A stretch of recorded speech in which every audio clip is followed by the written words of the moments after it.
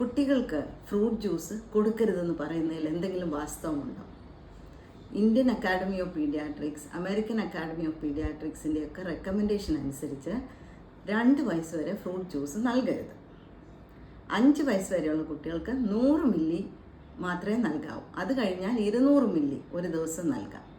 എന്നാൽ നമ്മൾ പലരും വിചാരിച്ചിരിക്കുന്നത് ഫ്രൂട്ട് ജ്യൂസ് വളരെ സേഫ് ആയിട്ടുള്ള ഹെൽത്തി ആയിട്ടുള്ള ഒരു ആഹാരമാണെന്നാണ്. ഫ്രൂട്ട്സിനകത്ത് പഴവർഗ്ഗങ്ങളിൽ ധാരാളം നാരുകൾ, ധാതു ലവണങ്ങൾ, വിറ്റമിൻസ് എല്ലാം അടങ്ങിയിട്ടുണ്ട്. എന്നാൽ നമ്മളതിനെ ക്രഷ് ചെയ്ത് അതിനെ ജ്യൂസാക്കി അരിച്ചെടുക്കുമ്പോൾ ഈ ഗുണങ്ങളെല്ലാം നഷ്ടപ്പെടും.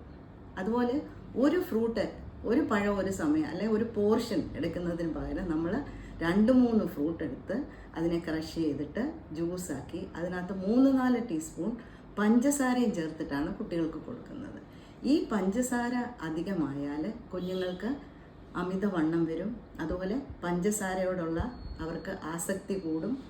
അത് കുപ്പിയിലോ സിപ്പി കപ്പിലോ ഒക്കെ കൊടുക്കുകയാണെങ്കിൽ അവരുടെ പല്ലിന് കേടുവരും. അതിനകത്ത് ബാക്ടീരിയ, രോഗാണുക്കൾ വരാം, വയറിളക്കം വരാം.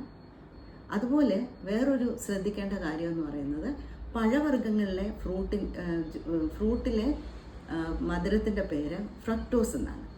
ഈ ഫ്രക്ടോസ് കൂടുതലായാൽ അത് കരളിന് നല്ലതല്ല.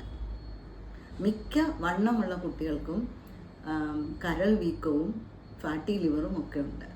അതുകൊണ്ട് നമുക്ക് കുഞ്ഞുങ്ങൾക്ക് മിതമായ രീതിയിൽ പഴവർഗ്ഗങ്ങൾ കൊടുത്ത് പഠിപ്പിക്കാം. ധാരാളം വെള്ളവും കൊടുക്കാം. ഫ്രൂട്ട് ജ്യൂസ് ഒഴിവാക്കാം. Thank you.